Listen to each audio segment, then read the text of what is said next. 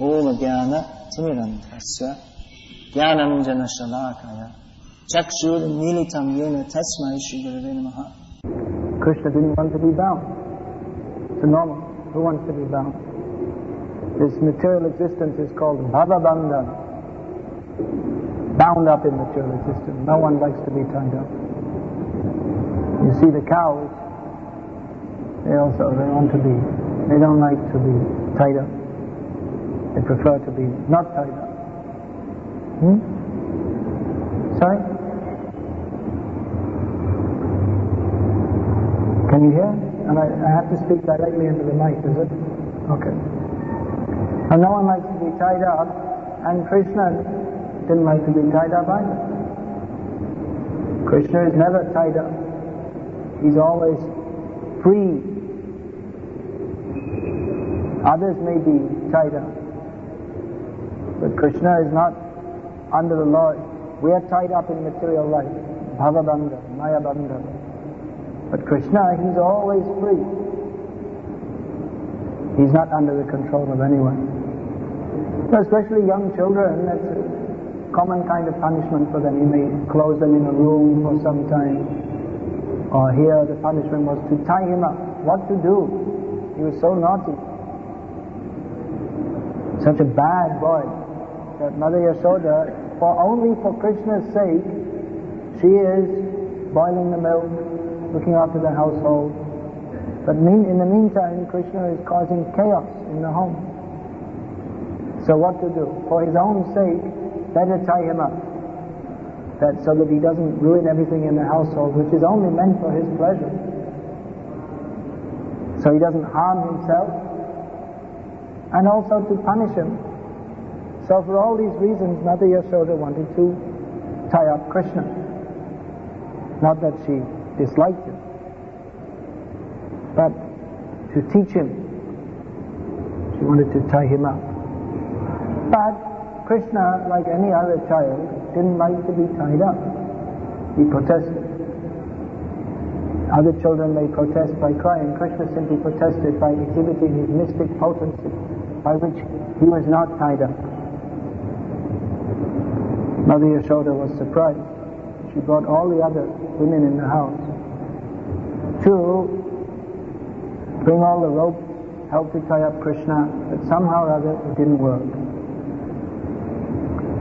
So Mother Yashoda, it wasn't new for her. She was finding out regularly that this child, he's not like an ordinary child. He does extraordinary things. Just like this Putana witch was there. Krishna killed. Trinavattasura, whirlwind demon. Shakatasura, the cat demon. So Krishna already showed in various ways that he's an unusual child. So Mother Yashoda may not have been so much surprised. But anyway, she was determined to tie Krishna up. The child may start to rebel against the mother, but the mother wants to show, I'm in charge here. This Yashoda's other names, Vrajeshwari, Vrindavaneshwari. You say Radhe Vrindavaneshwari. But Mother Yashoda is also known as Vrindavaneshwari, Vrajeshwari, because Nanda Maharaj is the king of Vrindavan and she is the queen. So just like it's commonly said, Raja Rajeshwari. Have you heard that? Raja Rajeshwari. Means there's the Raja, he's the king. But who is the controller of the king is the queen, Rajeshwari. So, Yashoda Devi is known as Vrajeshwari. She's the queen of Vrindavan. So, she's used to everyone following what she says in her household and throughout the whole of Vraja. And especially, the mother expects her child to follow what she says, but Krishna, naughty boy. Naughty means he does all the things you don't want him to do or don't expect him to do. So she was determined to tie up Krishna for his own good. We should learn who to follow. Children have to be trained, not allowed to run wild, have to be trained up as a good boy. Otherwise, in future, if someone is badly behaved, they will condemn his parents. And how you brought up was like a very great insult. In Hindi or Bengali, if you call someone, you are the son of a pig, it's a very great insult. That your father and mother is pig, it means you're also a pig. Because a pig is uncultured. So, if someone is acting very badly, or you want to insult someone very badly, that's the worst insult in Bengali, is to call someone son of a pig. If you ever want to learn how to insult people in Bengali, I don't recommend it. It's not a good idea. So parents, they want to see how the children are coming out, and that will reflect, the children's behavior will reflect on the upbringing of the parents. Usually if we see someone is very nicely behaved, we think that we expect someone from a very cultured, good family. If someone comes from what is called a good family, we expect them to be well behaved.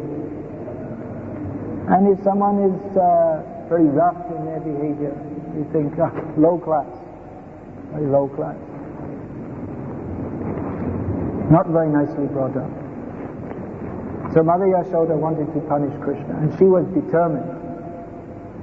Krishna was determined, I will not be tied up. He was showing his mystic potency. But Mother Yashoda, she was determined, I will tie him up. But she brought all the ropes, and she couldn't do it. Running in the house, looking, where's some ropes? Maybe there's some more ropes here. Look behind this almirah. Go down.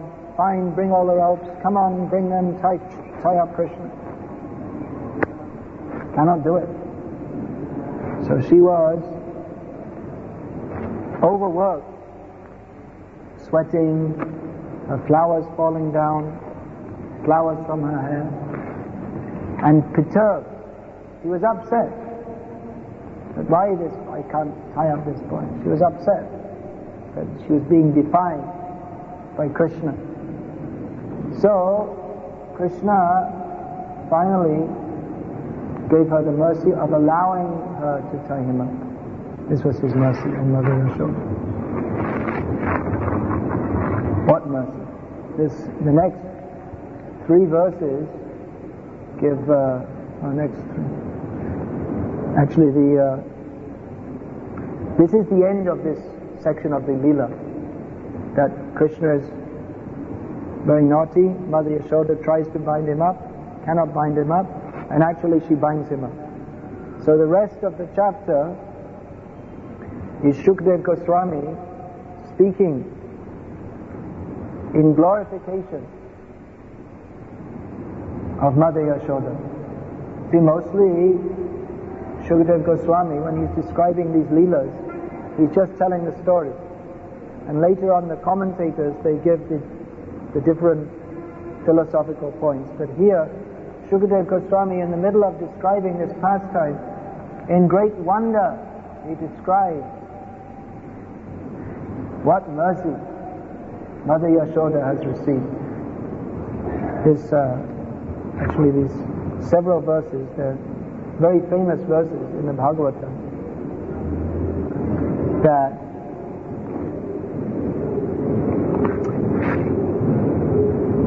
Shukdev Goswami describes one very secret quality of the Supreme Lord, His mercy. Now that's not secret. Everyone knows God should be merciful. Generally people say, God, oh God, have mercy on me. In the Roman Catholic tradition, there's a famous prayer, Kyrie eleison. I think it's in Greek. It means God have mercy on me. In Russia, there's that famous,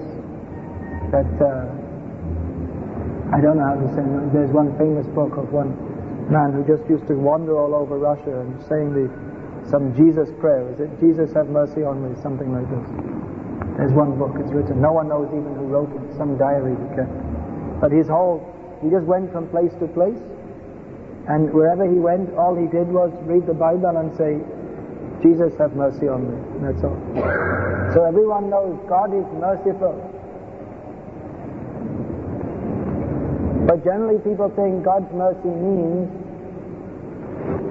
well, I'll cure my backache, or I'll get more money, or my children will become rich. But what is the extent of the mercy of the Supreme Personality of Godhead? Only very intimate devotees can understand how merciful He is. So these last few verses of this chapter, Shukdev Goswami, in his astonishment, in his ecstasy, is describing the mercy that Krishna gave to Mother Yashoda. He describes that Krishna is the controller of the whole universe. Even great demigods like Brahma, Shiva, Indra, they're completely controlled by Krishna. We have no independence that Krishna showed. Brahma wanted to show himself better than Krishna. Krishna didn't allow. Brahma wanted to steal the cowherd boys and the calves. All right, you steal, but I still have them with me. And Brahma had to offer prayers. Indra wanted to show himself better than Krishna. Krishna didn't allow. You're not better than me. I'm better than you. You want to attack Vrindavan with rain? You can't defeat me. I'll hold Govardhan Hill. Lord Shiva even fought with Krishna. Later we see, on behalf of Banasura, Lord Shiva fought with Krishna. Krishna defeated him. So the great demigods, they are the order carriers of Krishna. Even the sun, and the sun, the whole universe is depending on the light of the sun. But the sun is Yasya Jaya Bhavati Samvita Kala Chakro. The sun is moving in his orbit under the order of Krishna. All the demigods are controlled by Krishna. They simply hold Krishna in great awe and reverence. But what is the mercy that Krishna showed to Mother Yashoda, that he agreed to be controlled by her? With great astonishment. Great powerful demigods, the overseers of universal affairs, they simply have to bow their heads down at the lotus feet of Krishna. But Krishna has to be tied up. He is tied up by Mother Yashoda. So this is one very secret quality of Krishna that is only understood by the most intimate and advanced devotees. What is the meaning of Krishna's mercy? What is the actual meaning of Krishna's mercy?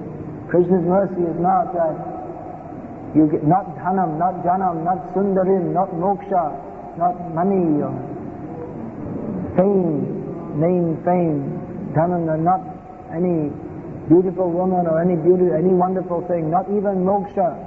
That even is not considered very great. Moksha, raghutakrit, one quality of pure devotional service, it makes moksha seem very insignificant. But pure devotional service, that is sudurlabha. Even moksha is not easy to attain. But in comparison with this pure devotional service, it's very difficult to attain. Because by pure devotional service, Krishna comes under the control of his devotees. In the competition between Mother Yashoda and Krishna, Mother Yashoda must win. There is no question, because Krishna has agreed to become the son of Mother Yashoda. So, young boy, he may defy, little boy may defy his mother and cause some disturbance. But ultimately, the mother is controlling the son, not vice versa. Actually, they're both controlling each other. Mother Yashoda is controlled by Krishna's love, and Krishna is controlled by Mother Yashoda's love. So this mercy that Krishna agreed to be tied up by Mother Yashoda, that is not at all to be. These fools, they say that there's no God. They're so far away from God. They have no idea. How can they even begin to understand? Why should they even think to make any commentary on Bhagavatam? Those are atheists. They should not put their nose into Bhagavatam. Let them put their, an English saying, put their nose to the grindstone. Let them work hard like asses. Let them take birth as asses, dogs, and hogs. But don't come to the Bhagavatam. It's not meant for you.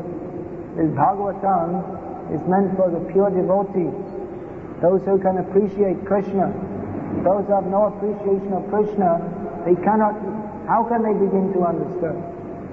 They don't even understand that there is a Supreme Personality of Godhead, let alone to understand His transcendental nature. Even there are many theists, they believe, or at least superficially believe, in God.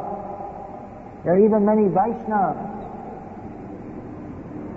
They accept Vishnu as supreme. But this mercy that Krishna is offering to Mother Yashoda, that he agreed to be tied up, what is that mercy? You may think, well, what's the great benefit? Every mother is tying up her child. What's the great mercy? What are you making such a big fuss about this mercy? Mercy is that by showing this, Krishna shows that he is under the control of his devotee. He's given himself to his devotee. Krishna says that I give myself to his devotees. Shaykale Krishna Tare Karesham. That said that when one fully surrenders to Krishna, Dikka Kale Bhakta Kare Ata Shamapon, Shaykale Krishna Tare Kare Ata Sham. That when one fully surrenders to Krishna, which you're supposed to do at the time of initiation, then Krishna is willing to give himself to you.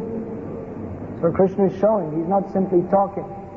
You will find among lovers, one will say, I give myself to you, you are everything to me, I will give my life for you. But Krishna is practically doing it. He's not simply talking, but he gives himself to his devotees. We find also later on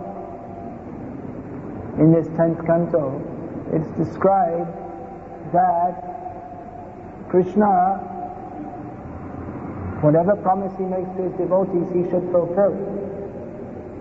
Other promises, he may, dealing with non-devotees, Krishna may tell lies and so many other things.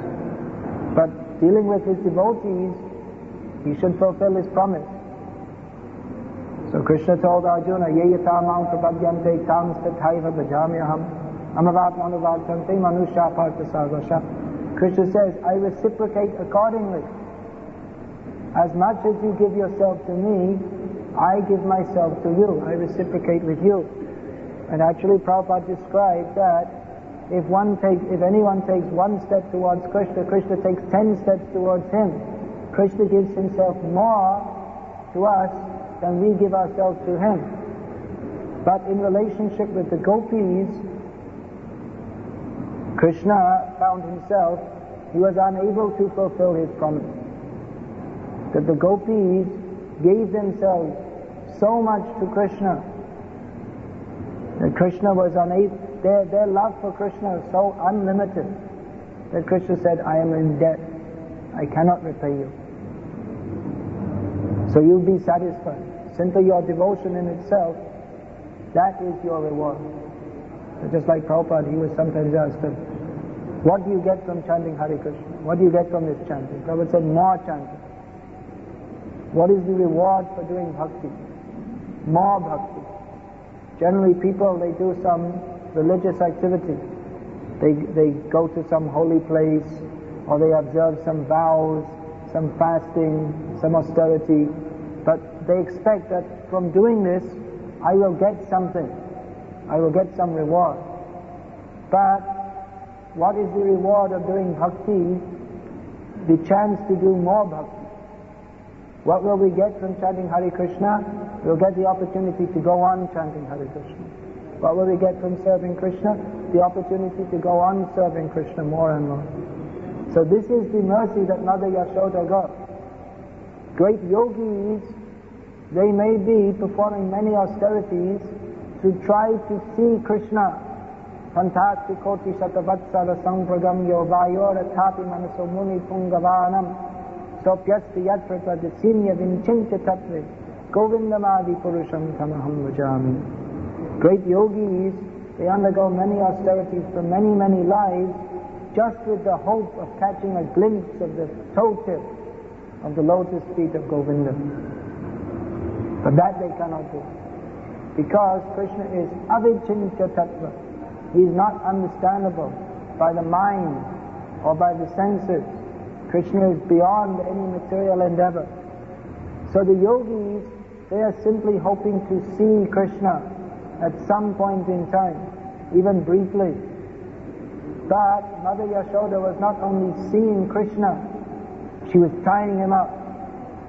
She was not only seeing him briefly, but she was giving her breast to suckle. So many different intimate pastimes she was having with Krishna. This is the reward of bhakti, that Krishna gives himself to the devotee. So, people are asking, have you seen God? The devotee's aim is not simply to see God. People are coming for darshan, simply to see. Actually, darshan means that who is drishta? Who is the seer? Not that I am looking at Krishna, but we should be presenting ourselves, here I am, you please see me. You please see me. And then the next thing is to engage in your service. Simply to see why you're asking, see God. Why you're putting so much emphasis, see God. But what shall we do to serve God? That should be our motive. Bhaktisiddhanta Saraswati Thakur used to say, don't try to see God. It's a very strange thing to say. That so many devotees from time immemorial, so many yogis, Swami, gurus, they're all performing their endeavors simply for the sake of seeing God. And Bhaktisiddhanta Saraswati Thakur said, don't try to see God. Everyone is simply trying to see God. Then why did you become a sannyasi? If you don't want to see God. Not that we don't want to see God, but don't try to see God, but try to act in such a way that He will be pleased to see you. That is better. In other words, please Him by your service. Sevam mukhe ijivada swayameva spratyada. He will show Himself to you if you are eager to see Him. Otherwise you'll see Him, but you won't be able to understand it. So, what mercy? That cannot be explained. Nor can the non-devotees understand it at all. What mercy, what is the nature of Krishna's mercy? What is the nature of the mercy of God? The non-devotees, they can't understand. Because non-devotees, they're simply thinking in terms of I, me and mine. Ato griya kshetra sutabda vita janasya mohoya mohammameti. Those who are thinking in terms of I, me and mine, they think of my home, my wife, my family, my children, my bank balance, my country, my, everything mine. So if they think of God's mercy, they will think that my body will be very healthy, my wife will also be healthy, my children will be healthy, I will be rich, my country will win the cricket match, etc. This is how they're thinking. Mercy. They cannot imagine, they cannot understand what is the actual mercy of God, which is on the transcendental platform of loving exchange. That God will give His mercy by drowning us in that Damodarashtakam is there. In what? Ananda Kunde, in pools of ecstasy. That is described. How the devotees, they are simply seeing the pastimes of Krishna and drowning in pools of ecstasy. So Mother Yashoda, she is not simply seeing God. She is not sitting in meditation in a cave, but she is milking the cows, thinking this milk, the best milk I have to give to Krishna. Boil the milk, make it into yogurt, make it into butter, feed it to Krishna. This is full absorption in Krishna consciousness. So Shukadeva Goswami, there are some famous verses.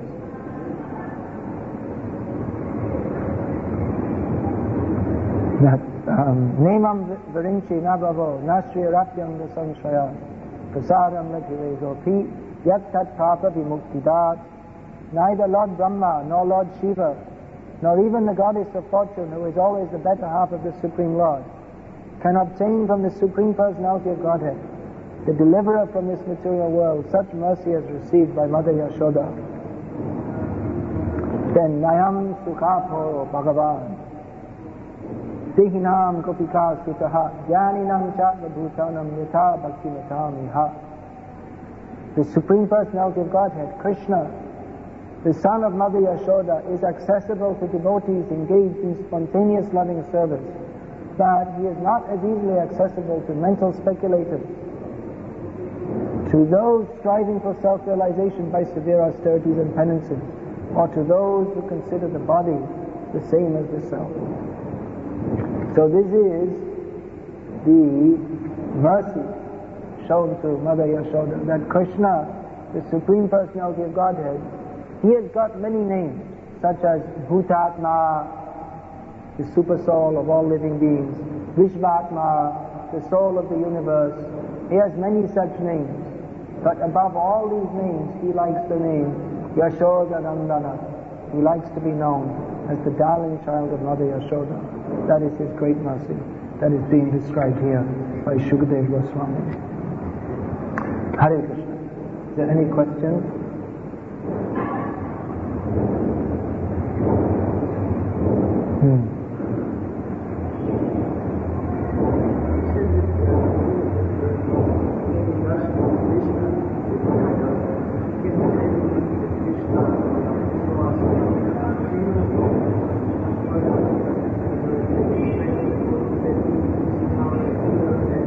Yeah, that I already explained. What does it mean that we should present ourselves so that Krishna wants to see us?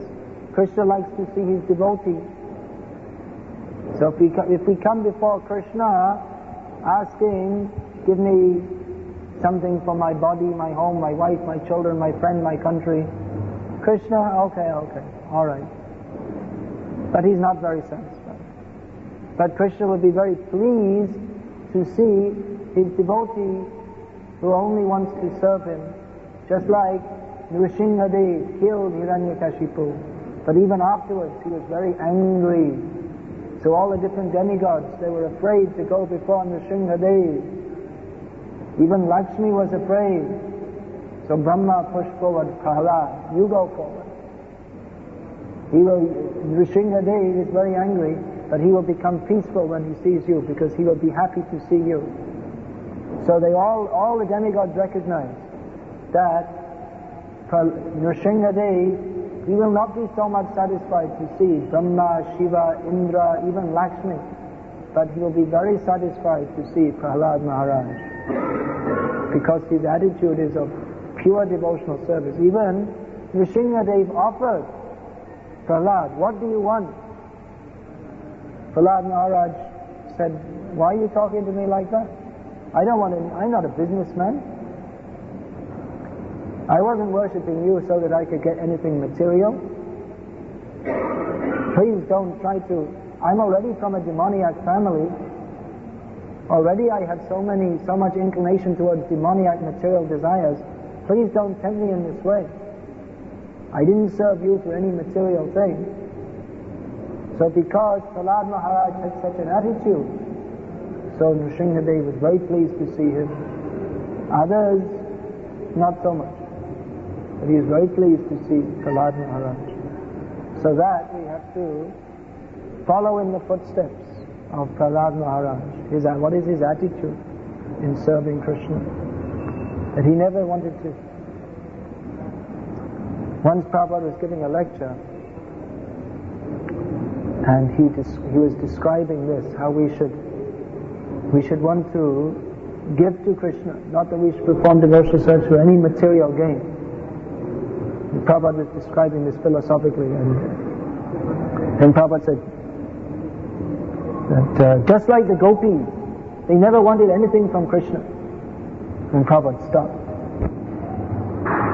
He became completely stunned in ecstasy. He couldn't say anything more. So there's no ecstasy in this humdrum materialistic